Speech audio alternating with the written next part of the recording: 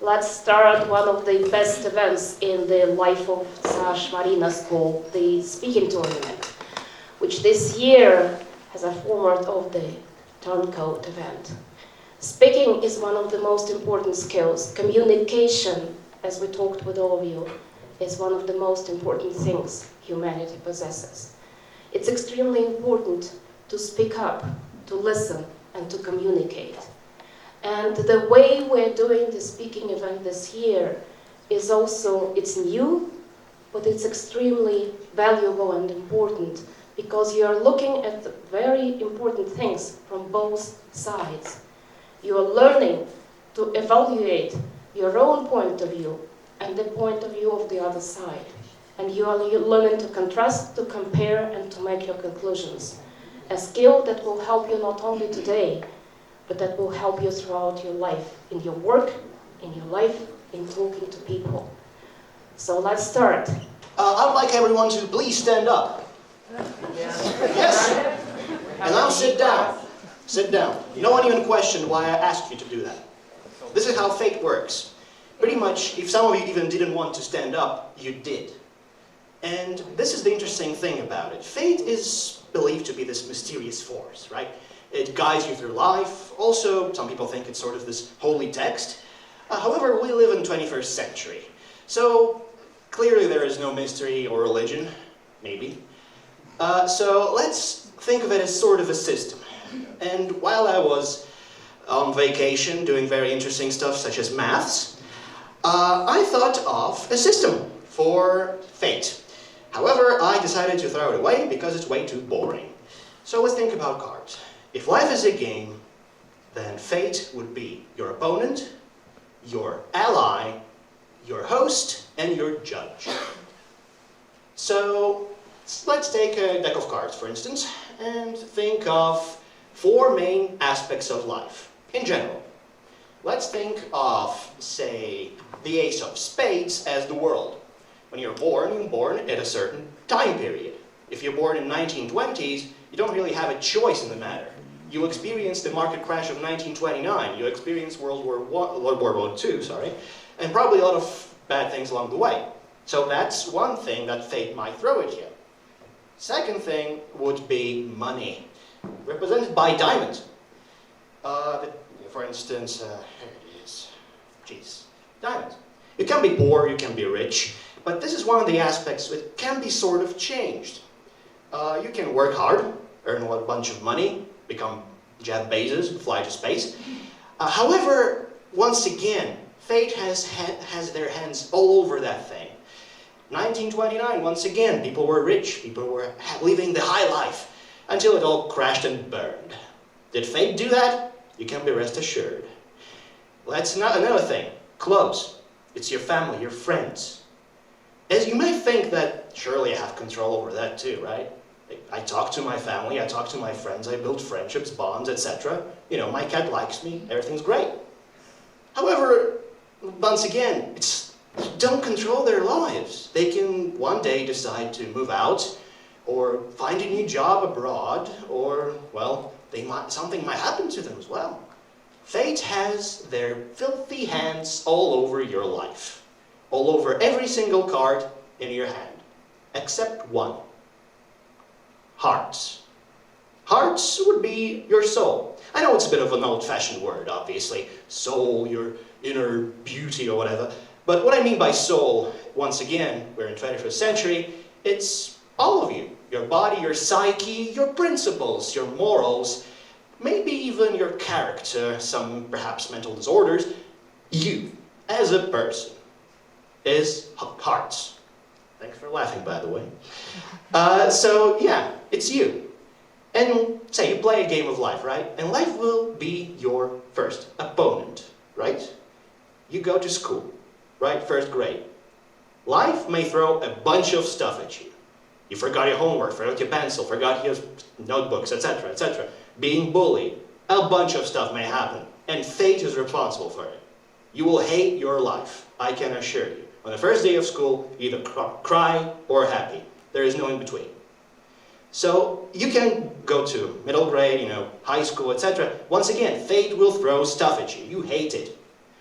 But this is the second part where fate comes in. Fate can be your ally, your friend. As long as your soul, the heart, is strong enough, you'll persevere. When fate is throwing things at you, perhaps rather aggressively, you will nourish from it. Character grows, unfortunately, through trials and pain. And let's face it, not a single great person in the world had their life cut out for them straight from the start. Entrepreneurs had their companies bankrupt, or nearly bankrupt.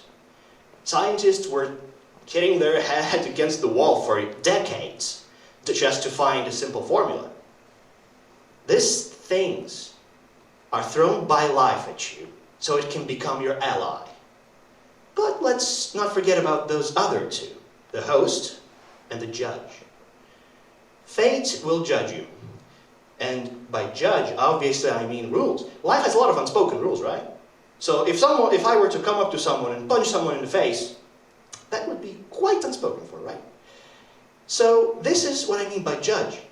When you make a mistake, fate will be certain to punish you for it. People, for instance, yelling at their relatives will be punished because their clubs, the heart of your family, will decrease. To a break even.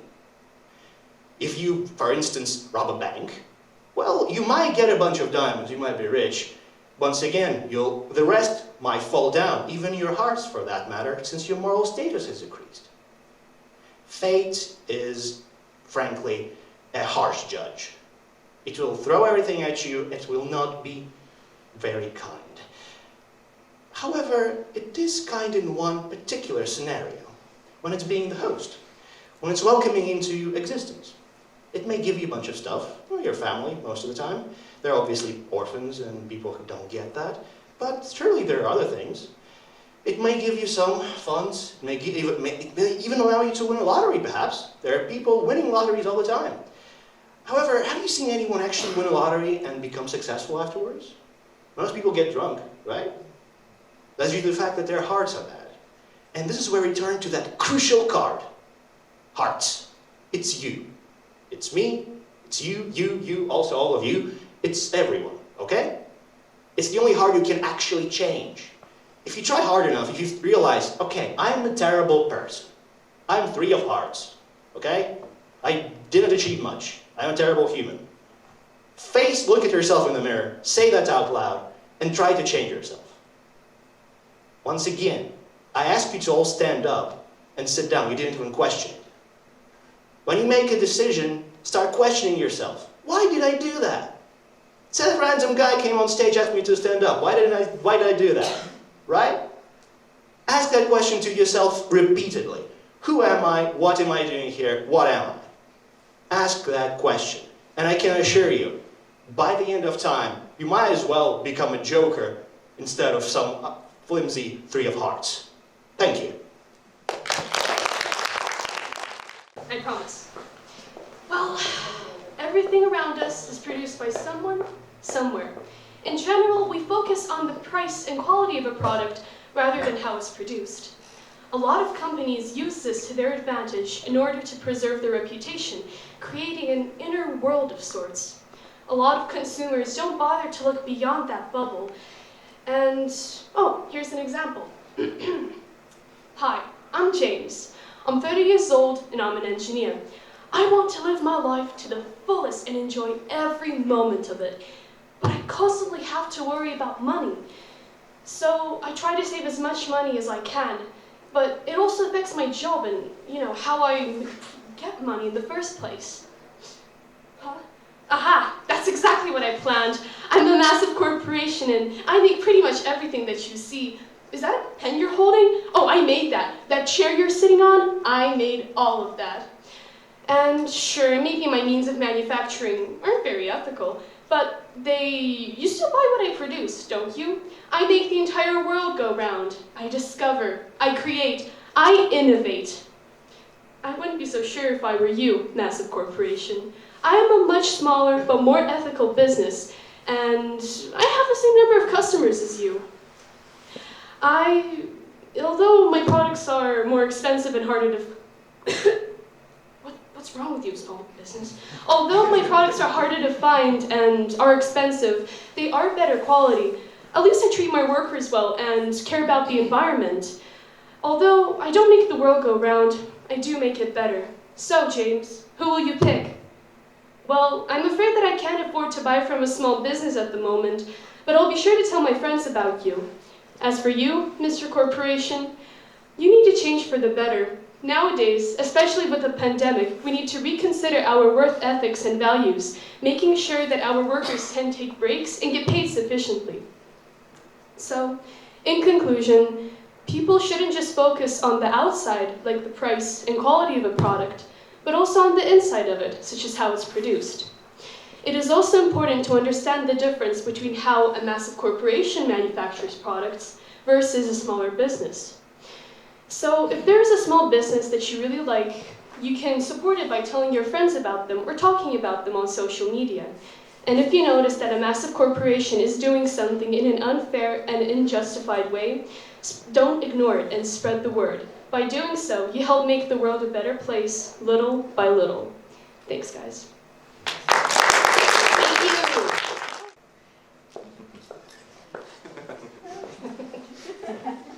Well, now I shall start.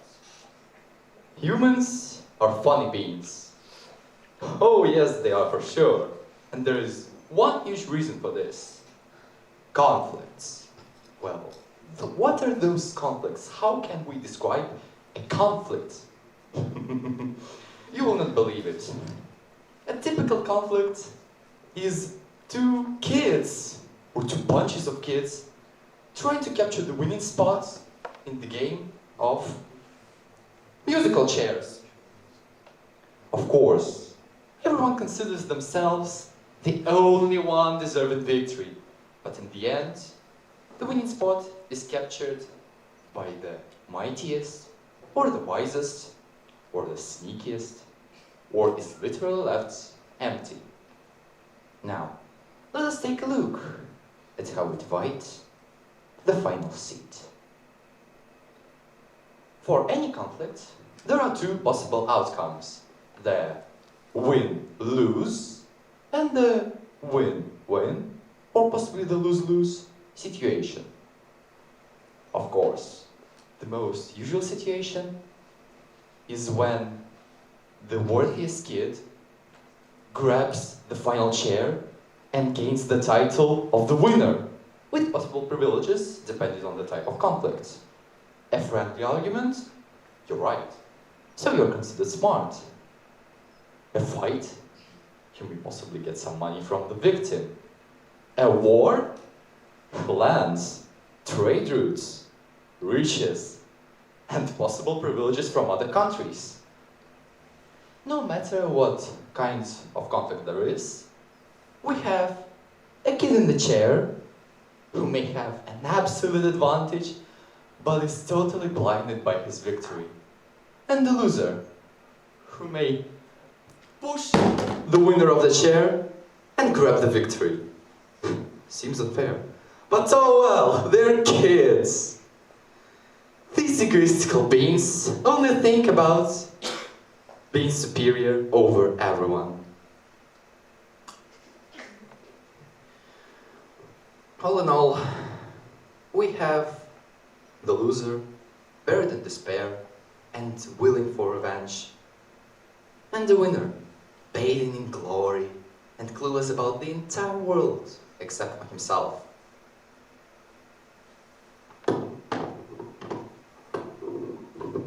Is this what we actually want?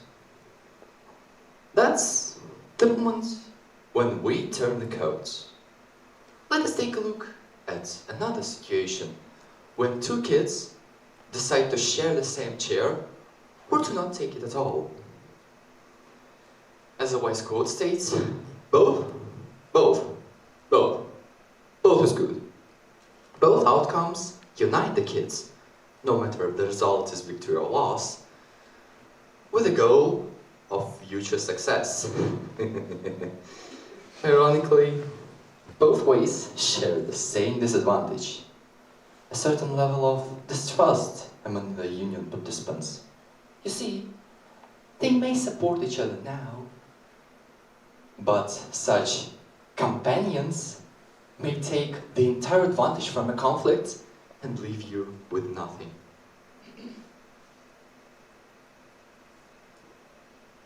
Oh no, we have two union participants who may be united now, but would definitely not mind taking a bit of their comrades' loot. Is this what we actually want?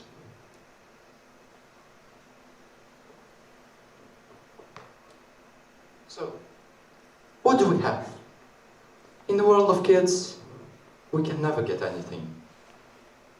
Despite the law making a strong barrier, most find a way to avoid it and continue healing themselves by wounding others. How to survive in a dog-eat-doggy world? There's only one way. Be human. You're a child from your very birthday, and life is your tutor.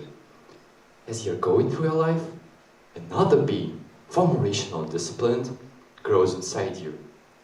That's the real you. The you should put in command, give in to. Unfortunately, most people cannot. That's right.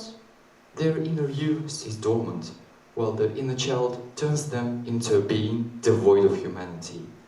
They get seriously ill, with irrationality, irresponsibility, and lack of will being the main symptoms of this terrible disease. It even has a name, and you all have heard it at least once. Infantilism. The only one who can take over this horrible disease is you. All of you. Stand up and start a fight against this terrible beast. Organize yourself. Broaden your horizons. Communicate with trustworthy people. All of these measures shall be the steps to victory. And remember, the fight against the toddler inside you is not a fight you should compromise or cooperate in. Defeat it. There's no need to fear you losing yourself. After all the feelings will remain inside you. Yet as infantilism takes control, there's no way back. After all, what will be the advantage after this fight? If you beat the infantilism, the kindergarten of the world shall become your toy shop. You will be able to rule yourself out of any conflict by common measures such as cooperation, competition, bargaining, ideological domination, and many more, with preparation, of course. All you need to do is get big, stop being a child, and grab the life by its silly strings. The fight against the inner child is no child's play. Yet as you come out victorious, you shall fly high and fall smooth. Now, as one infamous yet fantastic song states, here's for a man, for a long happy life, too many more days and warm festive nights, for the victory.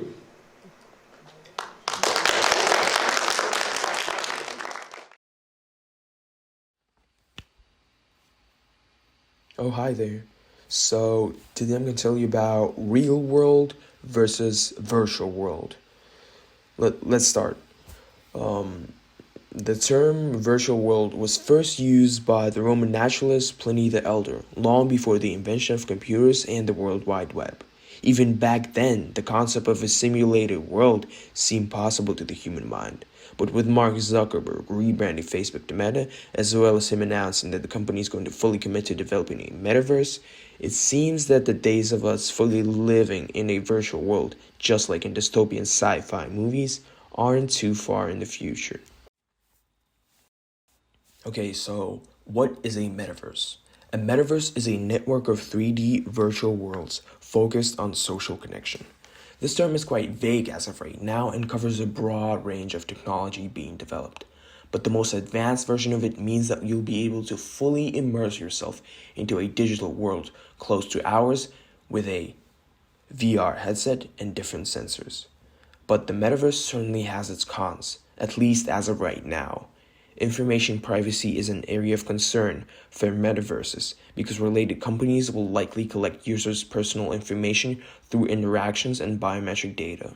Some would also say that since this cyberspace is mainly being explored by large capitalist companies, it limits the possibility of it being free.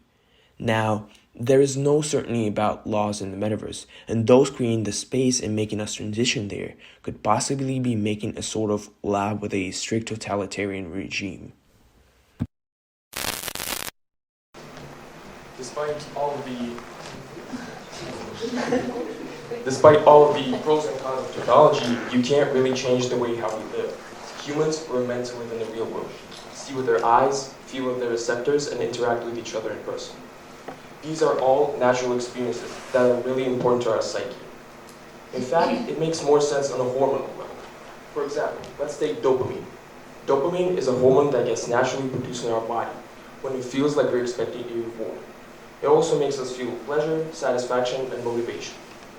But there's a different hormone, cortisol. It's the polar opposite of dopamine because it's a stress hormone. And it has been proved by scientists that when we use social media, our body starts producing less dopamine as it stops seeing communication with other people as a reward-deserving experience. Instead, it starts producing more cortisol as we're in a constant panic state from all the information we are receiving. The metaverse could do the same, especially if you'll spend a whole day there. Communication will be obviously close to real, but still not quite the same. Even though all of us get our fair share of negativity, in this world, we don't know what a virtual world can bring. Erasing the fine line between real and false can be quite dangerous, as we don't know the effects it can have on our psyche. I do think that using VR technology is pretty fun, but during your leisure time, going outside and appreciating the beauty around us is certainly a better idea.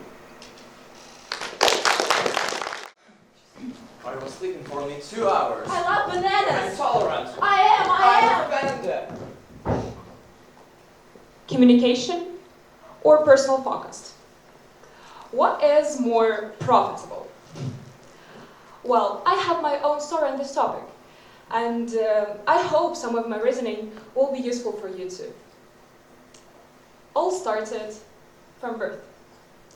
As a young kid, I was a shy girl who was afraid of everybody.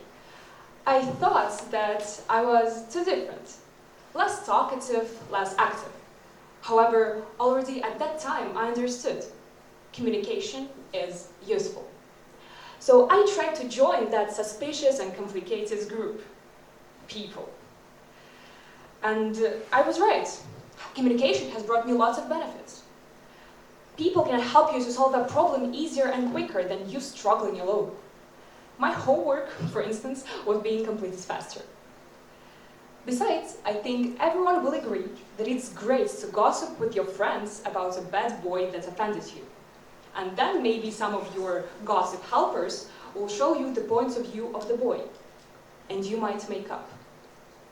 Interacting with others helps to experience what happened more deeply, and in some cases, to see the same situation from different angles. As you see, and I think so, my communicative experience was great. Until something started going wrong. I noticed that people around me speak too much, and frequently even don't listen to each other. It was not a conversation as I thought before, but a pointless word tossing. You saw that in the very beginning. Seems to be familiar. Well, for me, exactly. So that situation wasn't settling me. It became hard to talk, knowing no one was hearing. So my interest in communication has significantly decreased. However, there is the saying. If it stinks around you, maybe that's you who crept. Everybody just couldn't be guilty in my discomfort. So, was there something wrong with me? I was right in the childhood. I'm just different. Am I an introvert? A person whose comfort zone is located in me. So I tried to become more personal focused again. And that brought me even more profits, because I was myself.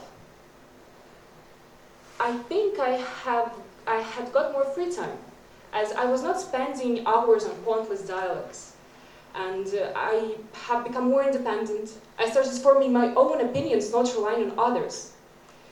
Maybe that's harder. However, I think that's a more stable position, because no one can shatter my mind now. And extra benefit was that I will always listen to myself, and no one except me knows better what I want to hear back. So yes, I was a great collocutor to me. Nevertheless, there is another one true saying. The more you're inside yourself, the more you're outside the real world. I think I even stopped understanding others and didn't realize how to start communicating again. Actually, I still really liked talking. So, what was my permanent trouble? I wanted to say myself, but I needed communication. The only wish was to have comfortable and productive conversations. What is productive? When collocutors are heard and their thoughts are reflected. I think both introverts or extroverts are in need of such focused communication. So maybe power is in dialogue. Dialogue when you are receptive to the outer world and can freely express your inner self. Dialogue when you hear and are heard. And this is my next aim.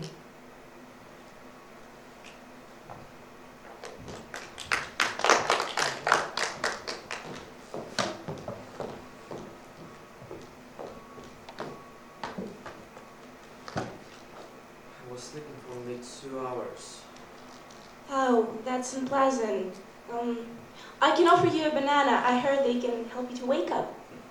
Thank you. By the way, today I read the news and I really feel offended. Understand you. However, I feel tolerant about everything. Well, I think that such talk will only lead us to a useless and harsh argument. Maybe we shall sing a friendly song instead. Yeah.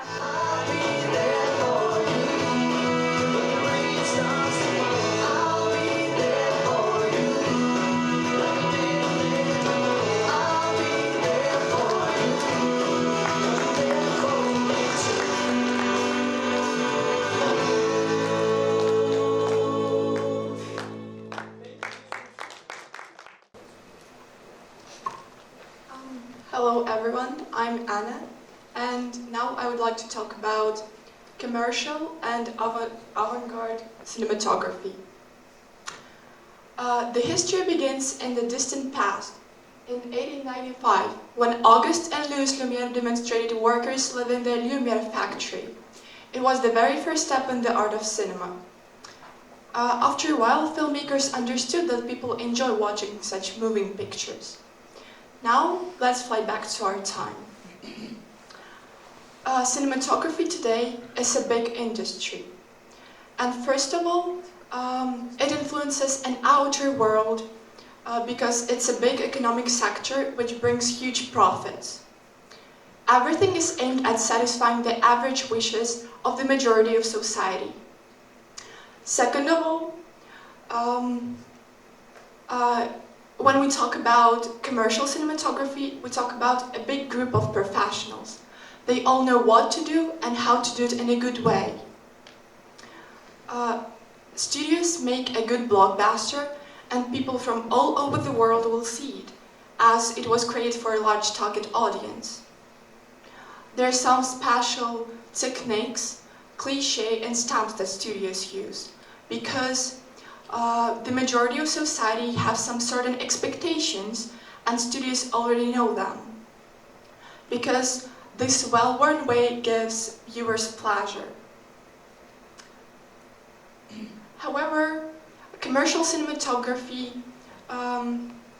lacks avant-garde ability to discover novelties and, more importantly, new topics that are closer to the human soul, themes that give food for thought.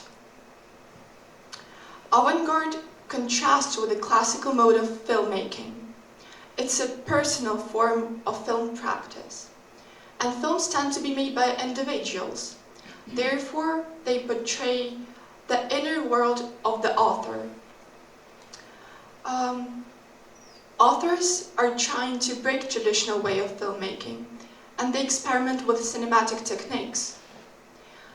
They understand that their art is provocative and not everyone will like it. But this kind of art is made for a highly educated part of society, which already have some knowledge about features of cinema. One of the main principles of avant-garde is closeness. In films, there's a focus on emotions, not on the plot. And the author is trying to show his deepest thoughts and feelings. However, avant-garde is sometimes unsuccessful. It's not about the work of the director, but about the audience that is sometimes very far from perception and comprehension. Finally, it seems that art house and commercial cinematography must not be separated. Both inner and outer world work together to retain this kind of art as the most popular one. Time blurs the boundaries between mass and elite culture. Something that is new and confusing today will be understood and clear tomorrow. That's all I wanted to say. Thank you. Hi everyone! Today we are debating which type of art helps yourself express you in a better way. At first, let's get acquainted with the definition of modern art. Modern art is basically a challenge to the traditions and techniques that came before it. Impressionism was the firstborn style, and then Cubism and abstract art appeared. Although styles that have been developed recently are now even more extravagant and attract people who might not be interested in art. I disagree. I think classical art is better than modern art, and I want to present some arguments to prove my position. Classical art includes principles of proportion, balance, harmony, and elegance. This type of art was mostly created during times of ancient Greece, Roman Empire, and the Renaissance. The main styles are Baroque, Renaissance, and Neoclassicism. Now that we know some background information, I think it is important to talk about the key figures. The main figures of the 19th century, whom I adore, are Claude Monet, Edouard Manet, Van Gogh, and Mikhail Rubel. Some of their identities are always associated with some crazy or beautiful manner of expressing themselves. I think that people might be attracted by the point of view of an ordinary people or even those with mental illnesses, for example, like Van Gogh and Mikhail Rubel. I also like stories about artists' lives. My favorite one is that to save Pablo Picasso's life, doctors gave him tobacco to smell. I suppose that it was the artist's originality that allowed them to create their masterpieces. Oh, Alina, it is very interesting information. But did you know the main figures of classical art? The key figures are Leonardo da Vinci, Botticelli, Michelangelo, Raphael, etc. When you hear one of their names straight away, you think about them as being genius. And most of the time, you have a positive attitude toward their painting without even knowing that. These artists are long gone, but their paintings will always be considered masterpieces. Now that the facts are out of the way, Let me tell you why I find modern art the most inspiring. Um, I enjoy the way the modern artists depict modern life and famous personalities. The coolest painting, if we speak about 20th century, is Diptych Marilyn by Andy Warhol. In this painting, Marilyn Monroe is depicted many times, but in each new shade, she seems really different. In a couple of European galleries, I saw paintings that depicted city scenery, such as the Moulin Rouge in Paris and streets with taxis in New York. I enjoy modern art as it shows the life in which I live, but in a slightly unusual way. In classical art, the artists depicted stories instead of self-portraits. They were inspired by their feeling of love and admiration for someone. For example, a great Renaissance artist, Raphael Santi, painted portraits of his wife, such as Mona Lisa or Donna Lovato. His wife was the prototype for many female images. She was likely served as the inspiration of the Sistine Madonna. Another great artist from Russia who I admire is Karl. It is the most famous painting, The Last Day of Pompeii. He also painted his beloved woman. She was the Countess Julia Samoylova, and her face attached to several characters in the scene. As you can see, it was very popular to express yourself and your style through other people. Also, 2 years ago, I was in Florence, and there I visited a very interesting Italian museum. It's called Uffizi Gallery. There I saw a lot of gorgeous paintings, and I found out that a lot of classical artists painted biblical or mythological plot. For example, a beautiful creation, The Birth of Venus, shows us the goddess of love just born from the foam of the sea waves. This is the most beautiful ancient myth that Botticelli depicted on his canvas. Alona, wow, that is really cool. And yet, modern art inspires me more. I usually take time to stand in front of the painting and admire it. I create my own story, but not just one, as the painting gives me the opportunity to create as many stories as my imagination allows. I think that classical art is majestic and fascinating. A lot of legend are associated with it and it wraps you in mystery and shivers. Also, classical art is unique. It was created without special tools or paints, but paintings are incredible, and we have been inspired them for the centuries. Looks like we have been debating here for, I guess, 5 minutes. And yet, it seems like nowadays, both modern and classical art are being mixed in and combined to allow for new art styles to be born. People get inspired by both styles in fashion, architecture, and interior design. So, as long as people keep experimenting and creating something new, we will always have a chance to enjoy art in many areas of our lives. Thank you. Please. Dear listeners, dear friends, I'm so happy you're here. I hope I'm not imagining you all, because... Let's switch it on. Of course. I have something to show you. Oh, sorry. Apologize, not this either. This. To some, it might be mesmerizing, because sadly, in today's time, TV shows, films, books, music represented drug addictions as something cool. Everyone wants to try it because it's dangerous, you know. But then, when you actually become an addict, you don't consider yourself to be one. What a crazy concept, because you think you're stronger, you're more mature, you're physically more advanced, you're not going to become an addict, and you can stop the cycle at any given moment. But then, oh, you become so pale, headaches, dizziness, they follow you throughout the day. You get maybe even nosebleeds. But what's actually happening is our little machine, our brain, is having little explosions of hormones, a little boom of dopamine and endorphins. This leads to horrible consequences in the future because you're chemically degrading something that controls all of our actions. Do you hear that? Am I imagining it? I think I'm having a heart attack. But I'm so young. I have a life. Do you see them? The shadows. And then, well, this is a psychosis. Drug addictions, substance abuse causes mental health issues like depression, anxiety, and even schizophrenia. Most drug users, or any substance users, feel that they're being watched, or that it's over. Someone is going to find them. So are you sure trying something so dangerous is going to end well for you? Do you want to step away from the cycle? Or is your only option to step outside of the window? Sadly, the people who are being affected by our addiction is our friends and family. They feel guilty.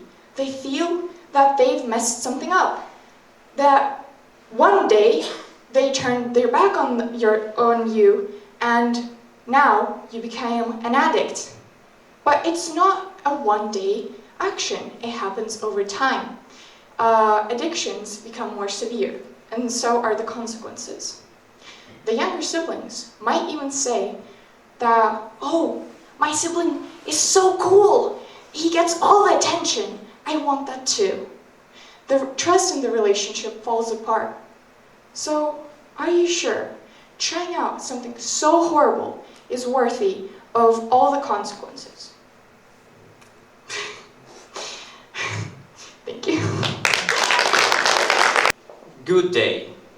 My name is Ed, and I consider myself a young politician. So let's talk on those topics for a bit. Every country nowadays has a way to communicate with its inhabitants. And there are actually two really different ways of doing that. Most of the countries go the easy way. They give people freedom. They allow them to do whatever they want. Well, also counting laws. But they are not really strict. But there is also the hard way, which is to use censorship. Censorship is a way to control all the information that people in your country receive.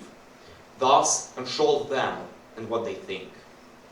A really strong example of censorship is actually an existing country, Northern Korea, which forbids any kind of individuality in the society. It even forbids certain emotions on certain dates, which sounds wrong. But this actually makes all the people loyal. Now that you're acquainted with the basics, I'll ask you one simple question. Which one would you choose? Please, could you please explain it maybe in a few sentences? But it's interesting to know what you think. Between censorship and freedom of speech? Yeah, of course, the two different ways of controlling people.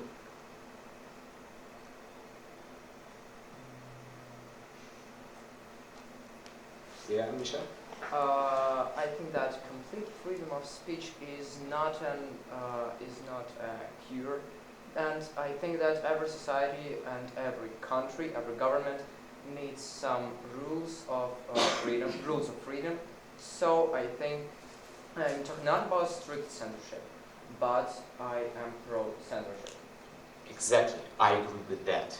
As a society, the society which is provided complete freedom spreads lies, spreads wrong information, and is often overflowed with non-needed knowledge, which is like a huge pile of garbage. Inside of it, you can't find a point in living, in existing. But what if I tell you that there's something deeper? Do you know what memes are? It's key to my speech, so I'll have to explain it to you. You definitely know what genes are. They are the biological aspect of us which we inherit from our parents. Everything which we receive upon birth can be counted as genes. The eye color, hair color, well, predisposition to certain diseases, of course. Memes, on the other hand, is the DNA of the soul. It's the ethnical part of us. And it's completely molded by the outer world. We should all agree on that. If a person is exposed to anger long enough, they become diseased, aggressive themselves, and this is exactly how memes spread among people. In fact, nobody is themselves anymore.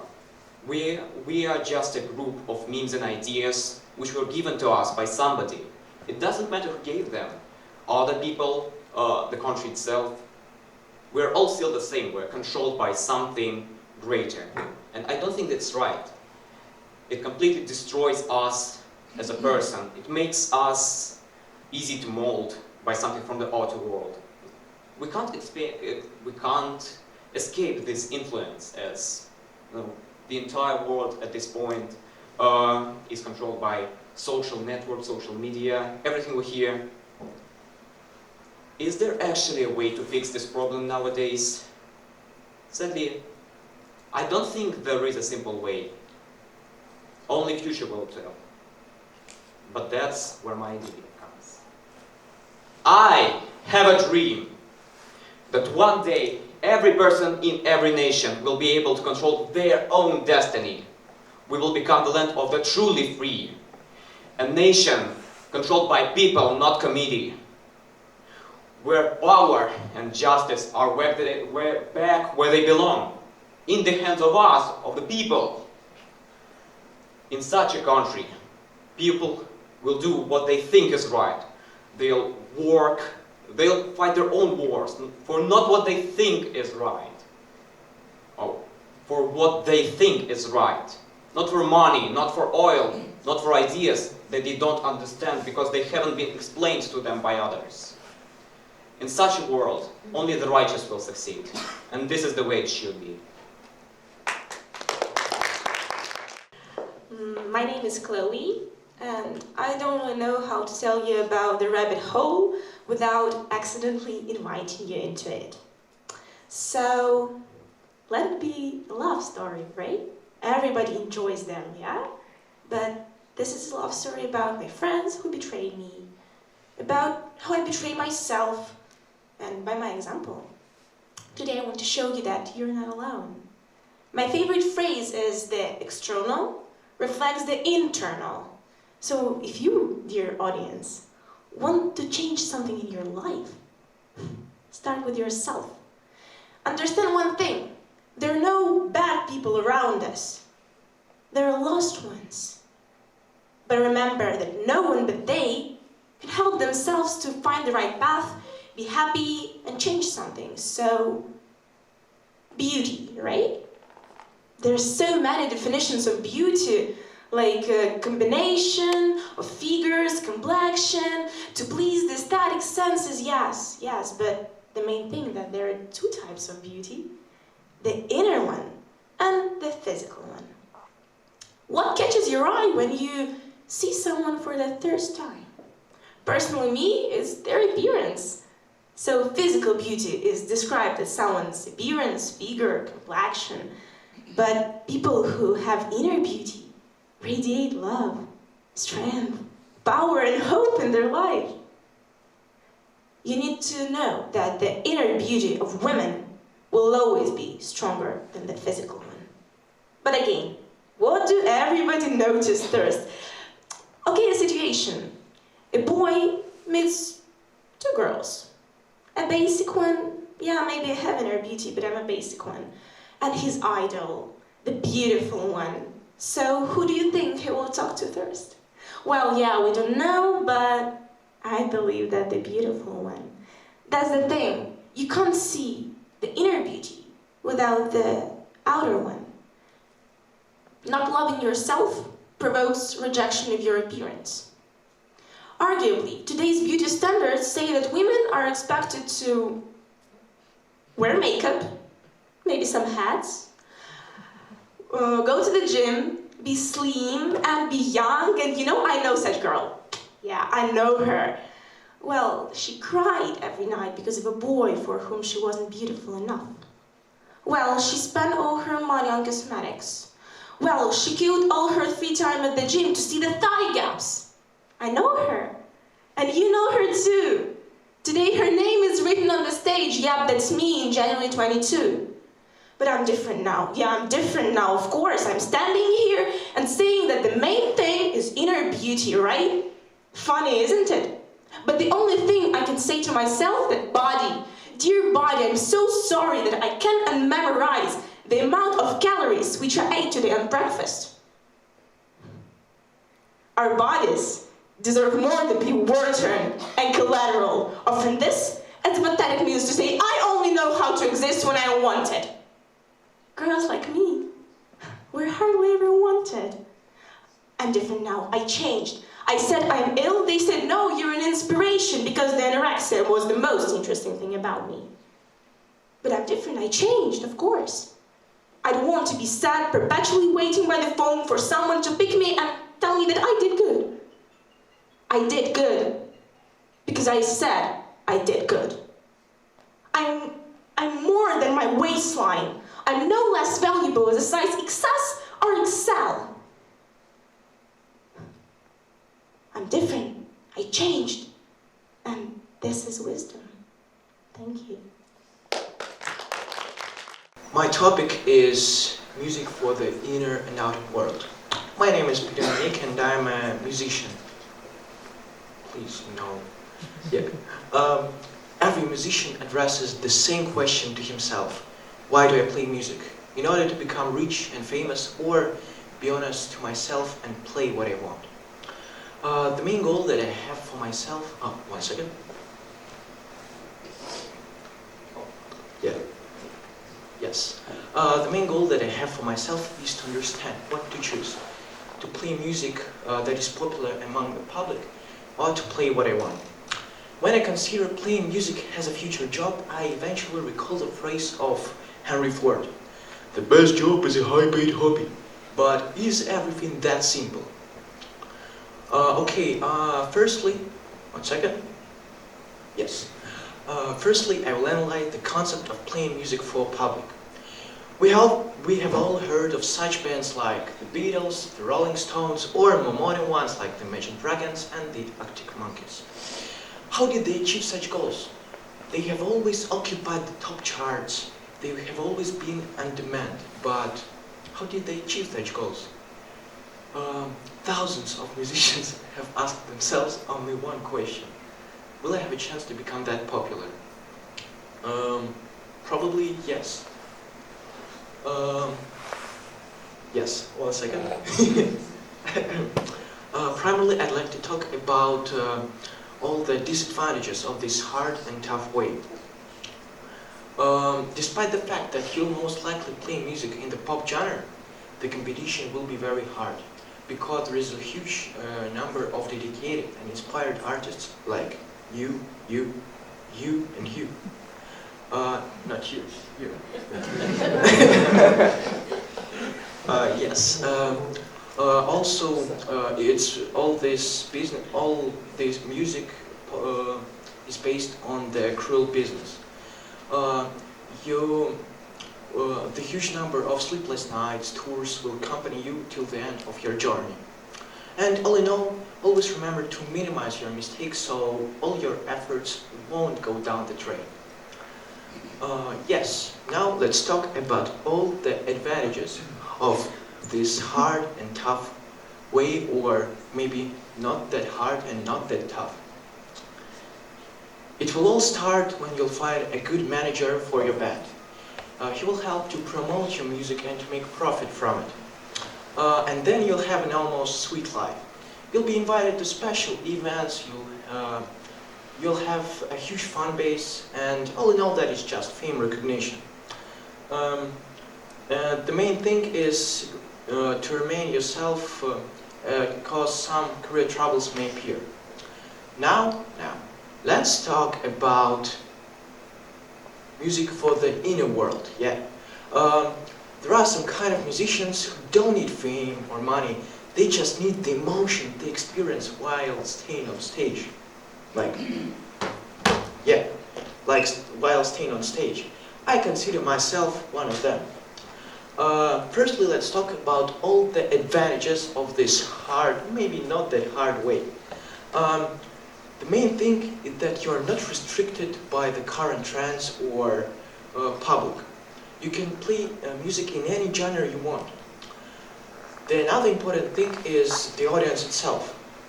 The crowd is small, but the people are much more sincere. The crowd is united by the unique concept of one's music. But there is only one serious problem, such as loss of money.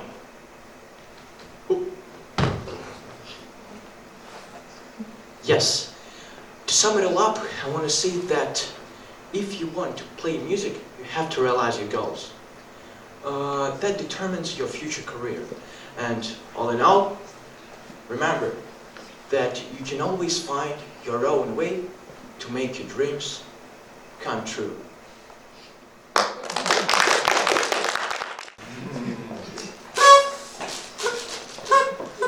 Ah, so that. So, I'm gonna ask a question. Ruslan Vladimirovich, do you have any hobbies? Yeah. And then answer me yes or no. Do you think that you will be able to intrigue a person who doesn't know anything about your hobby? For example, with a report or a story. Yes or no? Yes or no? No. Okay. So that's a problem which is rather common. We all make reports. We raise interesting topics, but sometimes we can see that no one is interested. Someone is sleepy and someone is communicating with a friend, and it's frustrating. However, it's not that difficult to grab the attention of your audience if you do it correctly. And I'll divide my speech into two parts. In the first part, I'll give you some tips for making a captivating presentation. And in the second, I'll answer questions from the audience. And this will help me reveal the topic in the most detailed way and show the possibilities of both methods. So let's go over to the plan. First is self-presentation. It doesn't matter when you are performing, in the beginning or in the end of an event. You have to remember only one thing. Your audience is always sleepy. So your first aim is to wake it up, to grab its attention.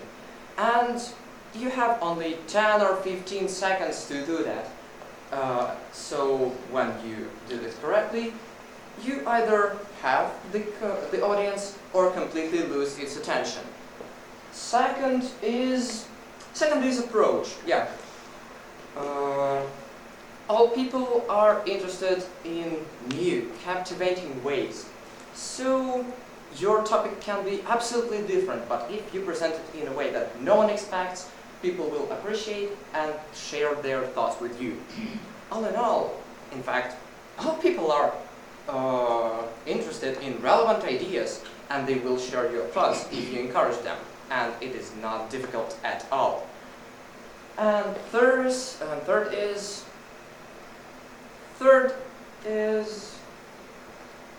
let's say, the usability of the information you have given. So where the information you have given can be used. Because agree that no one needs useless but interesting facts unless a person wants to show that he's smarter than others, and those facts are useless in real life today or tomorrow. Agree that you wouldn't care if I was telling you, for example, about fixing a washing machine right now, yeah? And so let's pass over to the second part. Any questions? Yeah? Okay, if we're talking about speaking performance, is it important to wear interesting clothes, capturable clothes, do interesting movements, gestures, or do they are they necessary? What? Are they necessary? Or are they unnecessary? They are undoubtedly necessary because at first you have to remember that you always have to move wide gestures, moving from one place to another because you don't need your audience feel sleepy again. Also, talking about clothing, yeah, your clothing might be captivating, but it's not that necessary because you all know Steve Jobs, and he was wearing the same outfit every time. You also may have your clothes being similar to, for example, your presentation, but however, the presentation and the clothes might be very interesting, very colorous, very captivating. However, if you are not an interesting person, nobody will be interested. Yeah? Imagine a situation. The speaker is doing a report, and then they ask the audience for some questions, and the nerdy guy from the first row starts asking tricky, ridiculous questions. What should the speaker do? If the speaker is asked such questions, yeah?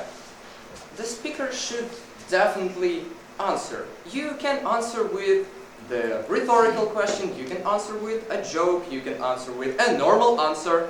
However, you have to show that you are the person as well and you are with your audience. Yeah? Yusha, do you think that people should, change the things that they do with their performances, or just stick to the same thing? Well, a person might use the same style of presentation, same style of speech, but, well, are you interested in listening to the same music from time to time? No, I think we all need changes, the world is changing, and the presentations and the speakers also have to change. Okay, let's take this stock. So, interact with the audience, check. Attract your attention, I hope, check. Raise an urgent topic, check. And make you think about your reports, check. So what's left? Oh yeah, I think it's time to reward a grateful audience. Yeah, thanks, you're amazing. You're breathtaking. Yeah. You have to know a little insider tip. So now please raise your hand those who might ask me questions. 2 or 3. There's a proverb that says, when one is prepared, difficulties do not come.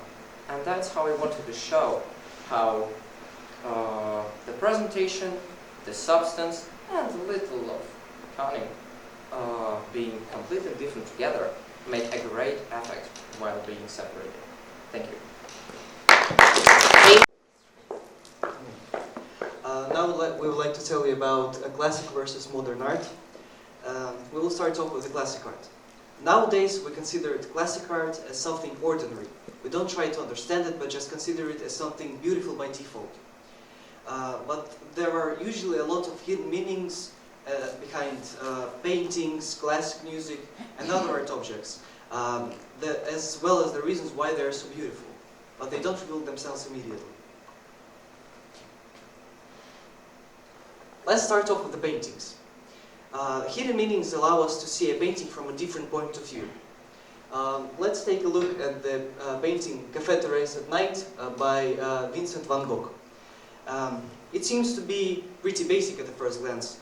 We see that the painting is written in the traditional Van Gogh style, but the theory says that is more than just a basic landscape. According to the theory, this painting sends us to the painting The Last Supper by Leonardo da Vinci.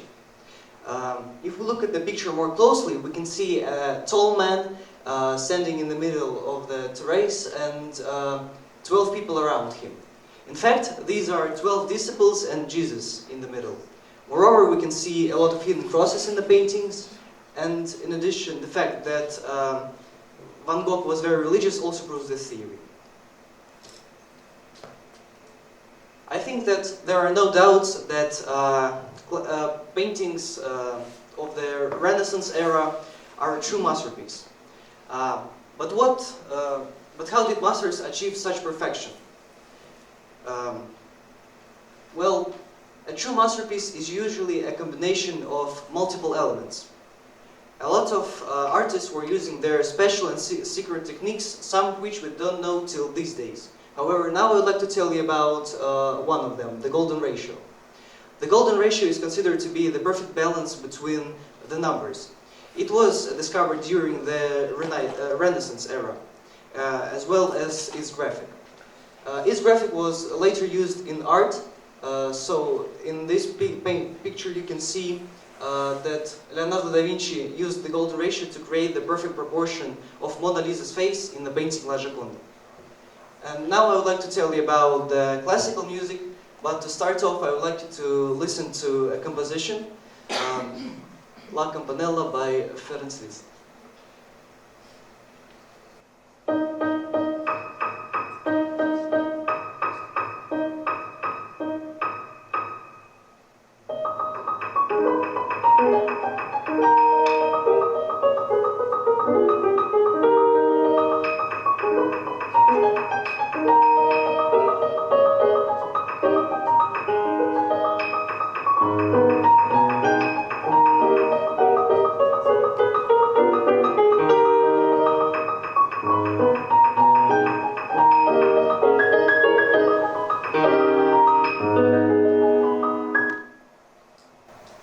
I think we all had that moment when the classical composition was suddenly play and you were stunned by its sound.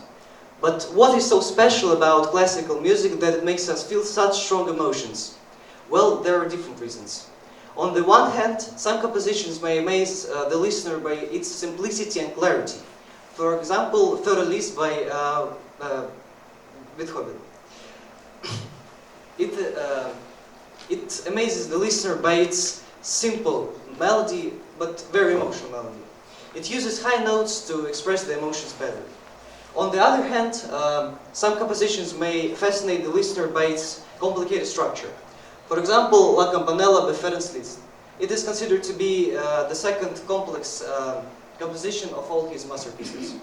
All in all, the field of classical music is so vast that that every listener will find something to his liking. In conclusion, I would like to say that classic art grabs attention of art lovers by different means. Some would be amazed by a complicated composition, others will be fascinated by a beautiful painting of the Renaissance era, but they all have one thing in common. Classic art gives them strong emotions and unforgettable memories.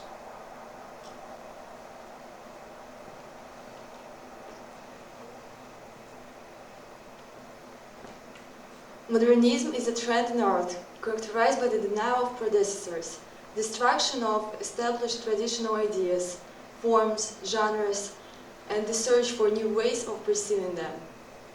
Personally, I like modern art more. I am fascinated by experimenting, creating something new and experiencing it. Classical art is a finished object, like a painting or a sculpture, which we can only look at. In what way does modernity win over classical art? Modern art has a large number of unique styles, and Renaissance perfection does not interest me at all.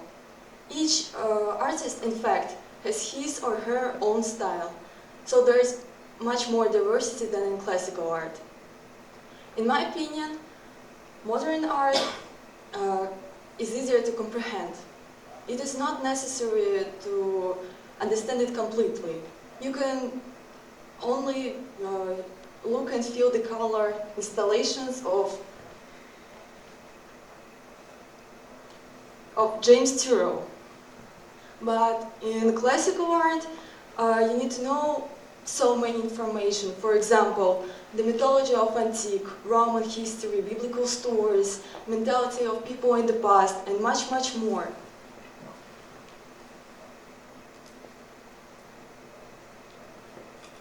Bosch, without this knowledge, will turn into a set of monsters, and Bruegel will remain completely nothing without knowledge of folklore. The process of modern art development as a direction is not completed, so we can only talk about methods, details, and structural elements. You can find your own meaning in the painting or the installation, while in classical art it already has been decided.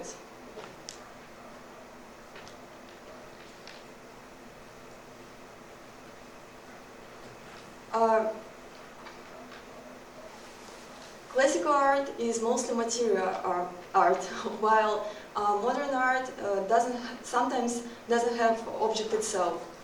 But there is a space where the artist interacts with the public. For example, Cindesegal.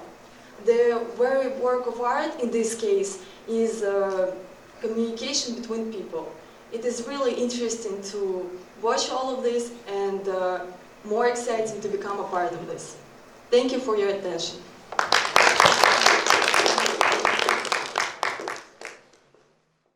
Hello everyone, my name is Daria Kolosova, and today I would like to talk about two absolutely different ways to perform. Let's start with a difficult choice between performing alone or with a group or a team. Well, as we all know, there is a huge amount of ways to show our abilities and thoughts to others. One of such ways is performing in front of audience. When you express your vision to a huge number of people, an enormous energy exchange takes place. That's how it works. Let me give you an example from my personal life. I have been a gymnast for more than 10 years, and at the moment I'm a professional dancer. Of course, from time to time I face different competitions and performances. When a few years ago I participated in gymnastics competitions, I thought that it would be much calmer for me to perform not alone, but with 20 or maybe more people on the stage. And now, when I'm a dancer and I'm a team member, I understand that standing backstage before the performance is much more difficult than performing alone. Because you understand that you have no right to make a mistake. Otherwise, the whole team will get a deduction of points. On the other hand, when you are not alone on the stage, you feel energy of other people. And you feel the outer world distinctly. You try to interact not only with the audience, as it would be if you were alone. You also try to interact with people who are around you, your team members. I think that sometimes we don't have to choose. For example, at the moment I'm a member of a team where it's very important to open the potential of each member. That's why we practice solo performances in front of each other. And you know, I miss the feeling of perceiving a part of myself to others, a piece of what I have inside. And I think that if you want to understand the outer world and if you want to combine it with your inner world, you should definitely try solo. And if you think that you're afraid of performing alone, well, I think the team is for you. Thank you very much for your attention.